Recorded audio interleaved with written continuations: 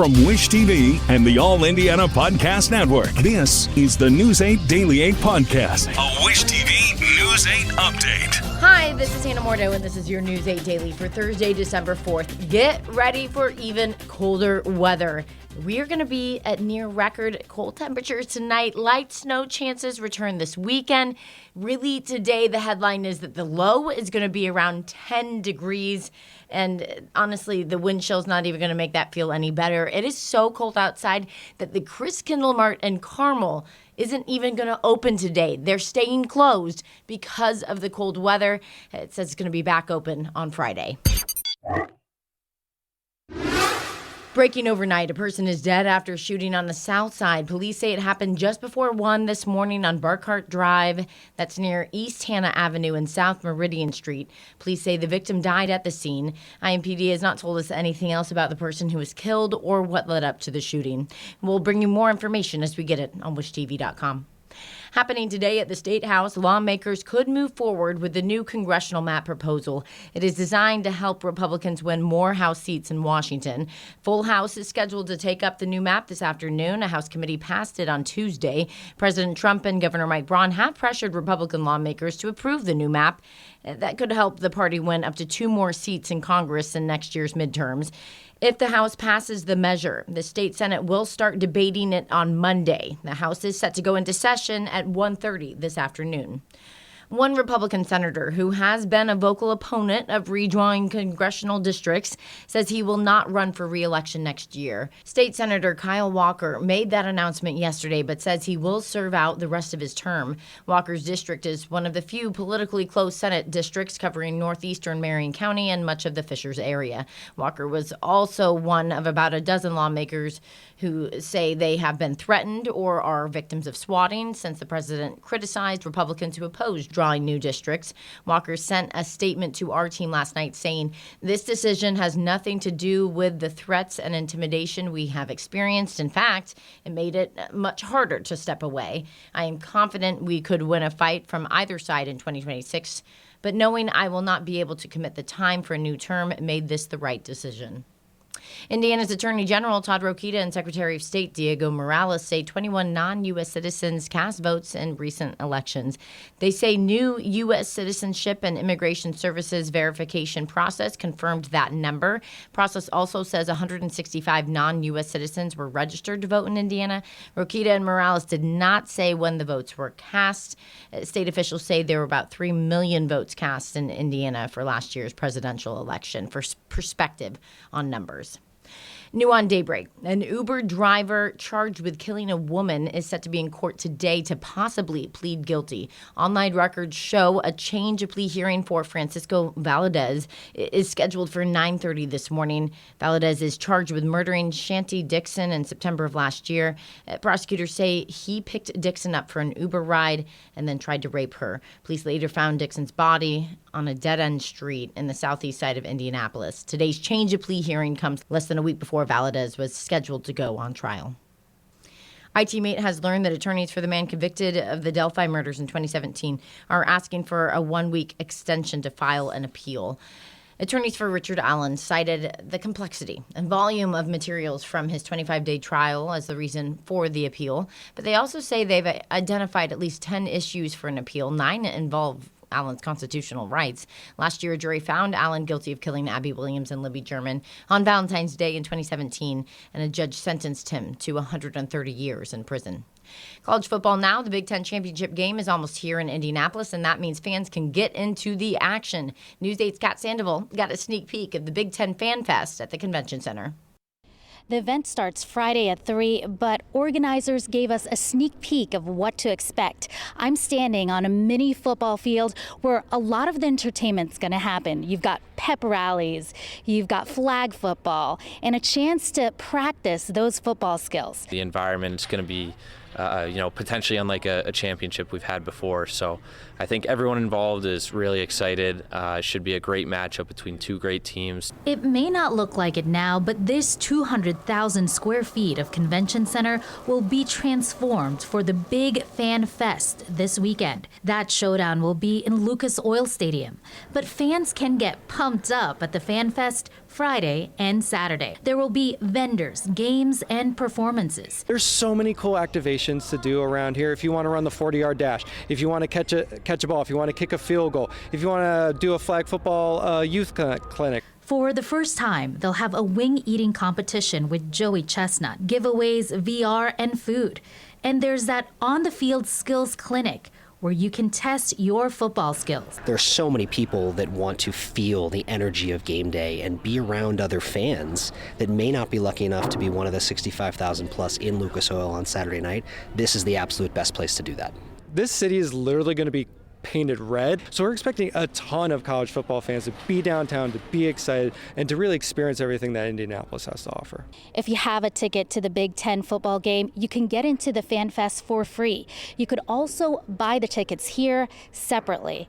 And also, on Friday, if your child wears a jersey, you can also get in for free. Reporting in Indianapolis, I'm Kat Sandoval, Wish TV, wishtv.com. Ahead of the big game, Hoosiers head coach Curt Cignetti gets another big honor. Cignetti is officially the Big Ten Coach of the Year. He won both conference awards, one that the media gives out and the other from the coaches, after leading the Hoosiers to their first 12-0 regular season. It's the second straight year the Big Ten has honored Cignetti with the awards. Conference also named IU kicker Nico Radicich as the winner of the Bakken-Anderson Kicker of the Year award.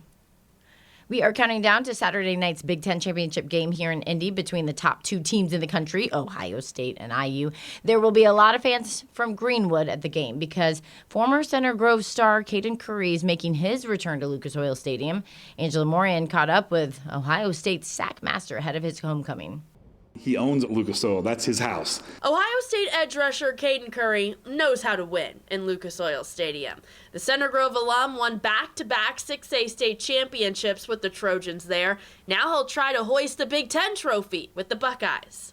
Another blessed moment to have in my life. Getting so many opportunities to play there in high school is awesome, and just going back there definitely be just really fun to go there and do it again. Definitely have a bunch of memories coming back in, and I'll definitely have a lot of excitement and anticipation to get out there and play. I really just trying to be as clear-minded as I can and just trying to keep my excitement down and just get out there and do my job. His job? Blow up offenses. Just got collared by Caden Curry.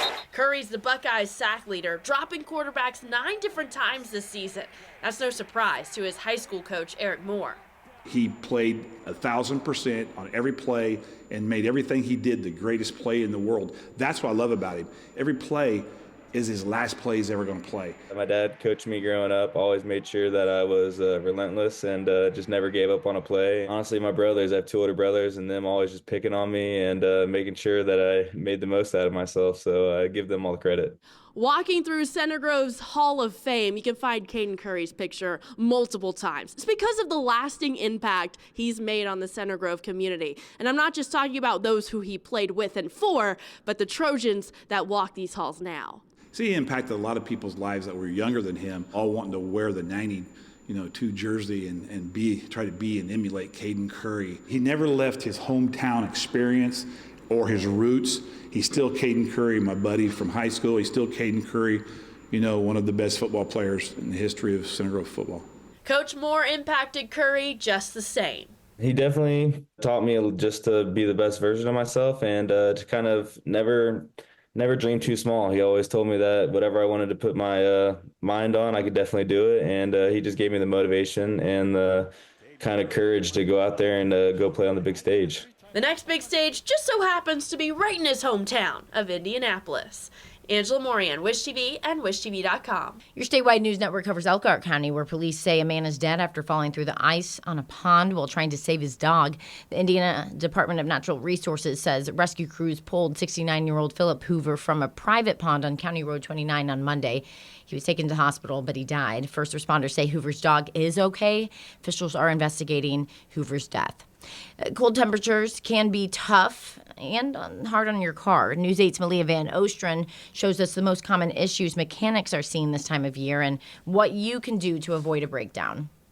We bundle up for winter, but your car needs protection too. Start with a good battery. Make sure you have good tread on your tires and make sure your brakes don't fail you when it's icy.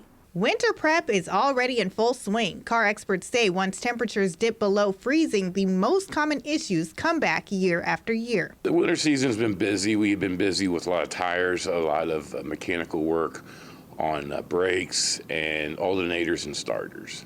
Cooper says fluids are also a very important component that, when neglected, can lead to major car issues in the winter since they're connected to parts like the engine and brakes. Check out your, of course, your oil, transmission, your washer solvent, of course, your transmission fluid, and also your power steering fluid. Lucretia Barkdole, the owner at Dynamic Automotive Repair and a mechanic at Indigo, says she sees similar issues. She says for every 10-degree drop in temperature, tire pressure decreases by 1 pound per square inch. Please check your tires. Make sure your tires are aired up to the specifications of the vehicle. Barkdole says often brakes get overlooked, as well as checking the axle and suspension. Cold weather doesn't damage them, but slick streets expose every weakness. She says listen out for rattling or rubbing sounds on the front of the car when driving. That is what helps the car stay stabilized, so it won't be sliding all over the road. So you want to have tip-top suspension. Both shops recommend keeping a basic emergency kit in your car with jumper cables, a blanket, scraper, a flare, water, and gauge to check your tire pressure. They say routine maintenance at least twice a year can help prevent major issues. If you stay on your service intervals for your vehicle, you should be just fine. In Indianapolis, I'm Aaliyah Van Ostrand for Wish TV and WishTV.com. U.S. News Now. Pentagon watchdog report found Secretary of Defense Pete Hegseth endangered U.S. troops by sharing sensitive war plans. The report says Hegseth used the messaging app Signal to share plans about strikes against Yemen's Houthi militants. The Inspector General says that the report concluded Hegseth violated Pentagon policy by using his personal device for official business and recommended further training for Pentagon employees. Current and former public health officials are warning that Health and Human Services Secretary Robert F. Kennedy Jr. is putting American lives at risk. The plea comes as the CDC's immunization advisory meeting is set to review long-standing practices today and tomorrow. Amanda Sansoni looks at what could change. Public health experts are sounding the alarm over major changes to U.S. vaccine policy under the Trump administration. There are real clinical lasting impacts from changing these recommendations. The Centers for Disease Control and Prevention Advisory Committee on Immunization Practices is set to convene Thursday and Friday to re-examine long-established vaccine protocols and likely revise the recommended timing of the hepatitis B shot given to newborns. The members of the committee, handpicked by Health and Human Services Secretary Robert F. Kennedy Jr., have expressed skepticism over the vaccine schedule. I think that the conclusion that we know that it is safe is perhaps premature. But in one study, experts warn delaying the birth dose could result in 1,400 or more preventable infections in children each year. We've seen tremendous reductions in childhood infections with hepatitis B, and this saves lives. Dr. Anthony Fiore, a former CDC infectious disease specialist, says infected infants face nearly a 90% risk of chronic disease and insists there's no reason to change a schedule proven safe and effective for 3 decades. It's actually a remarkably safe vaccine. Nothing has been shown that has any long-term consequences, and certainly nothing that has anywhere near the consequences of a chronic hepatitis B virus infection. In Washington, I'm Amanda Sansoni for Wish TV and WishTV.com. This has been your News 8 Daily from Wish TV. I'm Hannah Mordeau. Watch us on Wish TV and WishTV.com. This is the News 8 Daily 8 podcast, a Wish TV News 8 update on demand. For even more, on demand and on the go, connect with Wish TV on Facebook at WishTV.com and on the free Wish TV mobile app. Thank you for listening, and be sure to like, subscribe, and follow this podcast for updates every weekday morning on the All Indiana Podcast Network and wherever you get your podcast.